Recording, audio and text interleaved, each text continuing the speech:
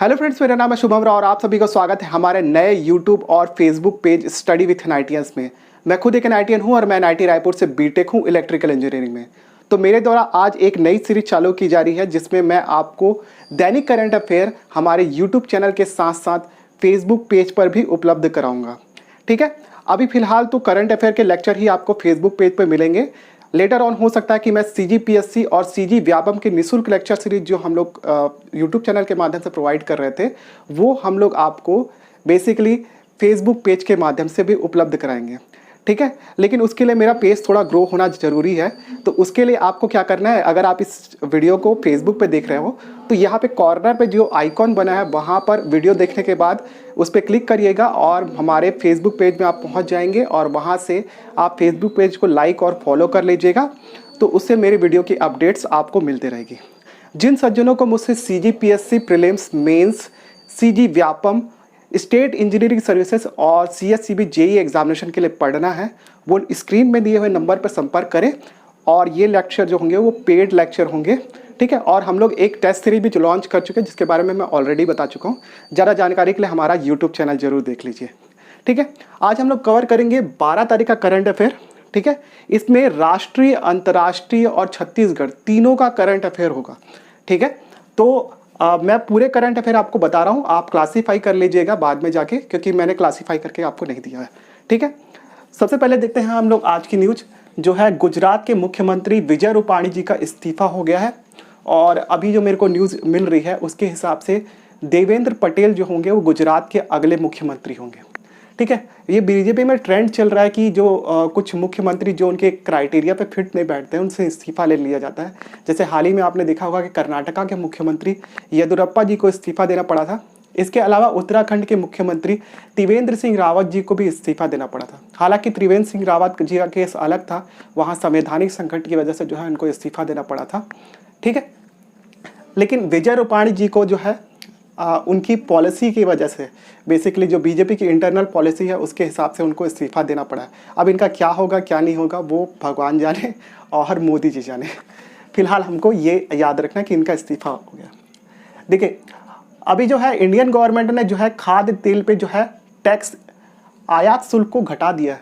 उससे क्या होगा कि जो तेल है, खाद्य तेल, वो सस्ता हो जाएगा। पहले जो तेल में टैक्स लगता था, crude palm oil, soybean oil और आपके सनफ्लावर ऑयल पे 10% का टैक्स लगता था, उसको 2.5% कर दिया गया।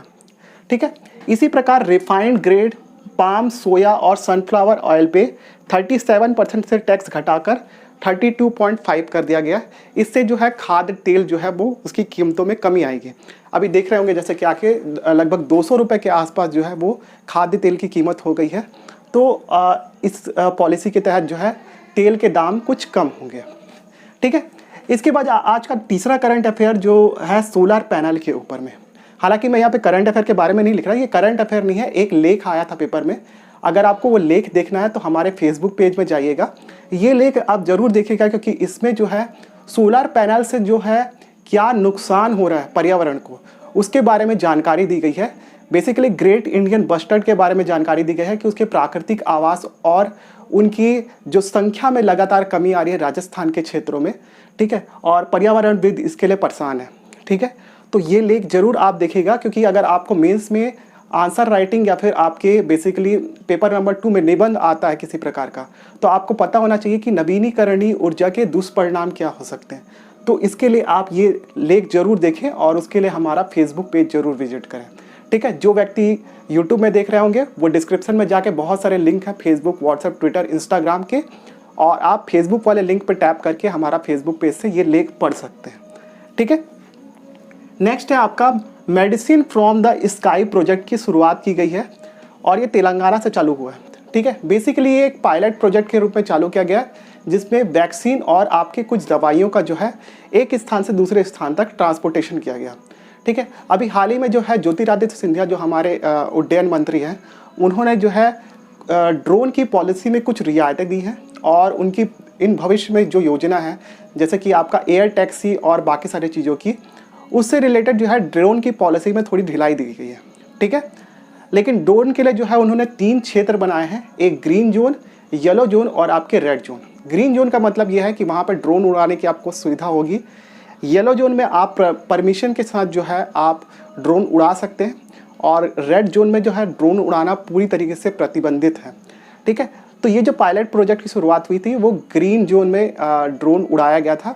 ठीक है, तो ये आपको परियोजना का नाम याद रखना है, medicine from the sky project. ये कहाँ की परियोजना है? आपके तेलंगाना की। ठीक है, नेक्स्ट है आपका, घोषणा की गई है भूपेश बघेल जी के द्वारा प्रत्येक जिला मुख्यालय में शासकीय बहुउद्देशीय उच्चतर माध्यमिक विद्यालय का विकास किया जाएगा आत्मानंद स्कूल की तर्ज पे, और ये सारे को वही सारी सुविधाएं प्रदान की जाएगी जो कि आत्मानंद स्कूल को प्रदान की जा रही थी। ठीक है, भूपेश बघेल जी की ये योजना मुझे बहुत ज़्यादा इम्प्रेस की गई है, क्योंकि आपके प्राइवेट स्कूल की तर्ज पे आत्मानंद स्कूल जो कि है एक सरकारी स्कूल है, फीस भी कम रहेगी, इंफ्रास्ट्रक्चर और फैसिलिटी काफ़ी अच्छी है, ऐसा दिख रहा है। ठीक है, अब इन फ्यूचर क्या होता है वो नहीं पता, लेकिन फिलहाल तो ये योजना काफ़ी ज़्यादा प्रभावी लग रही है। ठीक है, अब उसी प्रकार जो है हिंदी माध्यम के छात्रों को भी शासकीय बहुउद्देशीय उच्चतर माध्यमिक विद्यालय का विकास करके वो सारी सुविधाएं उपलब्ध कराई जाएंगी। तो ये काफ़ी अच्छी योजना है और इसके बारे में आपको जानना जरूरी है। नेक्स्ट है आपका gurdwara circuit train. Gurdwara circuit train की शुरुआत करने की घोषणा की गई है प्रधानमंत्री मोदी के द्वारा, और ये 11 दिवसीय यात्रा होगी। ठीक है, 11 दिवसीय यात्रा के तहत जो है 4 महत्वपूर्ण गुरुद्वारे कवर किए जाएंगे। बेसिकली ये सिख लोगों को जो है प्रोत्साहित कर रहा है पर्यटन के लिए, लेकिन हालांकि कई सारे लोगों का आरोप है कि ये चुनावी घोषणा है, क्योंकि अभी पंजाब में इलेक्शन होने वाले हैं। ठीक है, ये बेसिकली 4 महत्वपूर्ण गुरुद्वारा, जैसे कि आपका अमृतसर से चालू होगी ये आपकी यात्रा। अमृतसर में हरमिंदर साहिब, आपका नांदेड़ में जहाँ पर आपके गुरु गोविंद सिंह जी का निधन हुआ था, और वहाँ पर है हुजूर साहिब वहाँ पर। इसके अलावा गुरु गोविंद सिंह का जो जन्म स्थल है पटना साहिब, उसको कवर करेगा, और उसके बाद जो भटिंडा में दमदमा साहिब है वहाँ को कवर करेगा। उसके बाद जो है ये यात्रा अमृतसर में वापस आके समाप्त हो जाएगी। तो ये 11 दिवसीय यात्रा होगी और ये काफ़ी अच्छी योजना है सिखों के लिए। ठीक है, नेक्स्ट जो है अभी ऋषि पंचमी के दिन, मतलब कल, जो भूपेश बघेल जी है वो धमतरी के कोटेश्वर धाम की यात्रा पे थे, और उन्होंने कुछ घोषणाएं की है, उसके बारे में आपको जानना जरूरी है। उन्होंने औषधीय प्रसंस्करण एवं परीक्षण केंद्र की स्थापना पर जोर दिया है। ठीक है, और ये छत्तीसगढ़ गवर्नमेंट जो है इसके लिए विकास और जो भी अब उनके मॉडल होंगे वो तैयार करेगी। ठीक है, नेक्स्ट है जो सतधारा में आपका सौर ऊर्जा के माध्यम से विद्युत एवं पेयजल के लिए स्टॉप डैम की परियोजना है। ठीक है, तो आपको ये भी याद होना चाहिए। नेक्स्ट जो है धमतरी में जो है बेलर गांव, उसको तहसील बनाने के लिए जो है प्रस्ताव तैयार करने के लिए कहा गया है। इसकी पूरी तरीके से घोषणा तो हो गई है, लेकिन अभी जो है ये बना नहीं है, और बनता कब है ये तो भगवान जाने। लेकिन हाँ, ये बेलर गांव जो है वो आपके धमतरी में आपका तहसील बनने की संभावना है इसकी, तो आपको इसको याद रहना चाहिए। नेक्स्ट जो है भूपेश बघेल जी ने एक और आदेश कह सकते दिया है, जो आपके वैद्य और जो बैगाज वगैरह लोग जो होते थे, जिनको बहुत सारा औषधि ज्ञान रहता था, उनके सारे ज्ञानों को जो है लिपिबद्ध करने का आदेश दिया गया है। ठीक है, तो ये कुछ महत्वपूर्ण घोषणाएं हैं जो कि इन फ्यूचर इनका इम्प्लीमेंटेशन हो सकता है, जिसको हमको ध्यान में रखना जरूरी है। ठीक है, इसके आगे के कुछ और करंट अफेयर हम लोग थोड़ी देर में देखते हैं। तो चलिए कुछ और करंट अफेयर देख लेते हैं हम लोग फटाफट से। उसमें सबसे पहला करंट अफेयर है आपके नंदनी माइंस पे जो है आपका मानव निर्मित जंगल बनाने की जो घोषणा भूपेश बघेल जी ने की थी, उसका उद्घाटन किया जाएगा 15 सितंबर को। इसके अलावा जो है भूपेश बघेल जी जो यहाँ पर अहिवारा महाविद्यालय के नए भवन का लोकार्पण करेंगे। इसके अलावा जो है वहाँ पर एक रेस्ट हाउस बन रहा है, उसका भी लोकार्पण करेंगे। ठीक है, ये जो नंदनी माइंस का जो मानव निर्मित जंगल है वो 3.3 करोड़ की लागत से बन रहा है। इसमें DMF मतलब डिस्ट्रिक्ट मिनरल फंड और अन्य मदों से राशियाँ जो है ली जाएगी। 2500 एकड़ में है, लगभग 83,000 पेड़ पौधे लगेंगे। ठीक है, इस मानव निर्मित जंगलों को जो है वो पक्षी ब्रीडिंग फार्म के रूप में विकसित करने की योजना है सरकार की। ठीक है, तो ये आपको याद रखना है। मानव निर्मित जंगल कहाँ पर है? आपके भिलाई के पास जो नंदनी है वहाँ पर। ठीक है, नेक्स्ट जो है आपका 11वीं सदी के जो है छिंदक नागवंशी एक मूर्ति के बारे में एक आर्टिकल आया था पेपर में। और ये मूर्ति जो है वो आपके कुरुसपाल के टेमरा ग्राम से, ठीक है। छिंदक नागवंशी गणेश की मूर्ति के पश्चात जो है के पास में ही आपके गजलक्ष्मी की भी एक मूर्ति है, ठीक है। लेकिन राज्य सरकार जो है इनके संरक्षण एवं संवर्धन पे योगदान मतलब क्या कहना चाहिए, ध्यान नहीं दे रही है। उसकी वजह से जो है ये मूर्तियाँ जो है ख़राब हो रही है। तो राज्य सरकार को का ध्यान आकर्षण करने के लिए जो है बेसिकली पेपर वालों ने छापा होगा इसको, ठीक है। लेकिन आपको मेन याद रखना है 11वीं सदी की ये छिंदक नागवंशी मूर्ति है, गणेश की और गजलक्ष्मी की। कहाँ से मिली है? आपके कुरुसपाल के टेमरा ग्राम से, ठीक है। नेक्स्ट है आपका 16 सितंबर को जो है एयर कुरियर 16 सितंबर को जो है एयर कुरियर्स की सुविधा जो है वापस बहाल कर दी जाएगी, ठीक है। अभी एयर कुरियर सुविधा क्या है मैं बताता हूँ आपको। 31 मार्च 2022 तक जो ये प्रभावी रहेगी। अभी एयर कुरियर सुविधा बेसिकली जो है जम्मू श्रीनगर एवं उत्तर पूर्व रूट को जो है वो अर्धसैनिक बलों को जो है प्रदान किया जाएगा, ताकि वो हवाई यात्रा का प्रयोग कर सके। हाँ, जैसा कि अभी न्यूज़ आ रही थी जो है अफगानिस्तान पे जो है कब्जा होने के पश्चात जो है पाकिस्तान कुछ हिमाकत कर सकता है, तो ये पर्टिकुलर रूट को जो है सेना को डेडिकेट किया गया है, ताकि वो जो है वहाँ पे अपनी मूवमेंट को बनाए रख सके। तो इसी को एयर कुरियर सुविधा बोलते हैं, ठीक है। तो इसको आपको ध्यान रखना है। नेक्स्ट है आपका झारखंड गवर्नमेंट ने जो है एक नई निर्यात नीति लाई है, ठीक है। इसके तहत रांची पे जो है वर्ल्ड ट्रेड सेंटर की स्थापना की जाएगी। इसके अलावा जो ये निर्यात नीति पे बेसिकली निर्यात को बढ़ावा दिया जाएगा। अगर कोई जो उद्योग है वो 50% अपने प्रोडक्ट को निर्यात करने का आश्वासन देता है, तो ऐसे उद्योगों को भूमि आवंटन की प्रक्रिया में जो है प्राथमिकता प्रदान की जाएगी।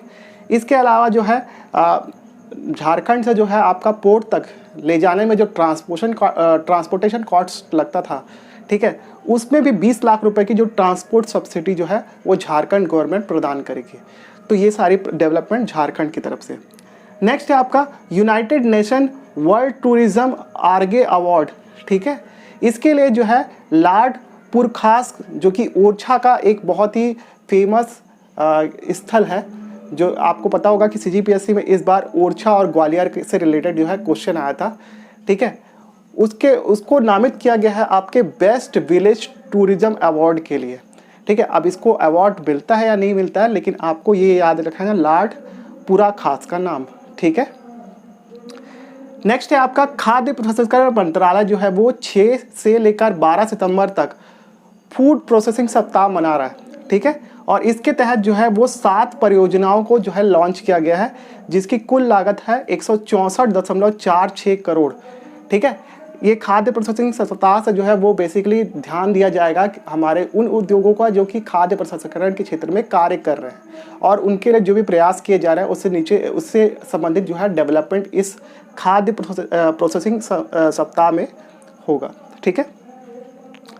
छत्तीसगढ़ के जो है संजय मिश्रा, इनको टीम इंडिया का कोच बनाया गया है बैडमिंटन के लिए, ठीक है। अभी जो सुधीरमन कप और आपका एक और थॉमस एंड उबेर कप के लिए जो है इनको बैडमिंटन का कोच बनाया गया है। संजय मिश्रा छत्तीसगढ़ से है। छत्तीसगढ़ के 2 खिलाड़ियों का चयन भी हुआ है, ठीक है। अब उन खिलाड़ियों का नाम एग्जैक्टली तो दिया नहीं था पेपर में, लेकिन मेरे ख्याल से एक आकर्षी कश्यप है और दूसरा का नहीं पता, पेपर में नाम नहीं दिया क्योंकि उन्हीं के बारे में बस दिया था, ठीक है। तो ज़्यादा जानकारी के लिए हमारे फेसबुक पेज को आप एक बार चेक कर लें, ठीक है। इसके बाद छत्तीसगढ़ गवर्नमेंट एक स्कॉलरशिप स्कीम निकाल रही है, जो कि फिल्म इंस्टीट्यूट में पढ़ने वाले छात्रों को मिलेगा, ठीक है। छत्तीसगढ़ से अब किसी का चयन जो होता है वो फिल्म इंस्टीट्यूट में होता है, तो उनको छत्तीसगढ़ गवर्नमेंट जो है वो स्कॉलरशिप प्रदान करेगी। लेकिन ये स्कॉलरशिप केवल 3 इंस्टीट्यूट के लिए ही प्रदान किया जाएगा। एक FTII पुणे, सेकंड जो है सतीश रे जो फिल्म टेलीविजन इंस्टीट्यूट है जो कोलकाता में है, और इसके अलावा तीसरा जो है नेशनल ड्रामा एकेडमी जो कि आपके दिल्ली में है, उनके लिए ही केवल स्कॉलरशिप स्कीम होगी। नेक्स्ट है चंथू। चंथू का नाम आपको याद रखना है। चंथू बेसिकली एक उष्णकटिबंधीय चक्रवात है, ठीक है। और बेसिकली ये क्या है, एक सुपर टाइफून है। सुपर टाइफून मतलब जिस चक्रवात की गति जो है वो आपके 240 किलोमीटर प्रति घंटे के आसपास होगी, उसको सुपर टाइफून की संज्ञा प्रदान की जाती है। ये फिलीपींस और ताइवान में आने वाला है, तो आपको ये चक्रवात का नाम याद रखना है चंथू, ठीक है। इसके अलावा एक आध करंट अफेयर मेरे पास जगह नहीं बचा था तो वो मैं बता देता हूँ। आपका रामनाथ कोविंद जी ने जो है उत्तर प्रदेश के राष्ट्रीय विधि विश्वविद्यालय की और उत्तर प्रदेश इलाहाबाद उच्च न्यायालय के नए भवन की जो है आधारशिला रखी है। जो उत्तर प्रदेश का विधि विश्वविद्यालय है वो आपके इलाहाबाद के झालवा पे बनाया जाएगा, ठीक है। इसके अलावा 13वां ब्रिक्स सम्मेलन हुआ जिसकी मेज़बानी भारत कर रहा था और ये वर्चुअल सम्मेलन था, ठीक है। इस पर भारत ने अफगानिस्तान और जो है टेररिज्म का मुद्दा उठाया जैसा कि आपको पता है, ठीक है। इसके अलावा कोरोना पे भी चर्चा की गई। 14वें ब्रिक्स सम्मेलन की जो है मेज़बानी चीन करेगा। अभी जो इस साल जो है वो ब्रिक्स एक संगठन था जिसकी शुरुआत जो है कुछ समय पहले हुई थी और इसकी जो है वर्षगांठ मनाई गई 15वीं वर्षगांठ, ठीक है। और 13वें ब्रिक्स शिखर सम्मेलन का जो विषय था उसका नाम था intra BRICS cooperation for continuity consolidation and consensus, ठीक है। ये इसका थीम लाइन था। मेरे पास जगह नहीं तो मैं दिखा देता, ठीक है। तो मेरे ख्याल से जो है लगभग जो है आज के करंट अफेयर कंप्लीट हो गए हैं। अगर आपको ये वीडियो पसंद आया तो प्लीज़ वीडियो को लाइक कीजिए, चैनल में नए हैं तो सब्सक्राइब करके बेल नोटिफिकेशन ऑन कीजिए। अगर आप इसको फेसबुक पे देख रहे हैं तो हमारा फेसबुक पेज लाइक और फॉलो करना ना भूलें। इसके अलावा वीडियो को डिस्क्रिप्शन चेकआउट करके अगर आप यूट्यूब पे देख रहे हैं तो वहाँ पर कई सारी आपको लिंक्स मिलेंगे, जैसे मेरे फेसबुक, व्हाट्सएप, ट्विटर और इंस्टाग्राम। उन लिंक पर टैप करके आप मुझे फॉलो कर सकते हैं। इसके अलावा व्हाट्सएप वाले लिंक पर टैप करके आप हमारे व्हाट्सएप सपोर्ट ग्रुप से जुड़ सकते हैं। ऑलरेडी 400 मेंबर के आसपास है वेरियस ग्रुप्स में, ठीक है। तो आप भी ग्रुप का हिस्सा बनिए। उसमें कई सारी फ्री सर्विसेज मैं प्रदान करता हूं आपको, जैसे स्टडी मटेरियल एंड ऑल, ठीक है। तो आप उनका फ़ायदा लीजिए। ज़्यादा से ज़्यादा इस वीडियो को शेयर करिए एटलीस्ट उन लोगों को जिनके पास पैसे नहीं है कोचिंग इंस्टीट्यूट को देने के लिए, या फिर मैं मंडी निरीक्षक, CGPSC, CG व्यापम और स्टेट इंजीनियरिंग सर्विसेज और CSEB JEE जैसे एग्जामिनेशन की तैयारी कर रहे हैं उनको जरूर से जरूर शेयर करिए। और मिलते हैं हम लोग कल नेक्स्ट लेक्चर में। तब तक के लिए thank you so much for watching this video. Have a good day.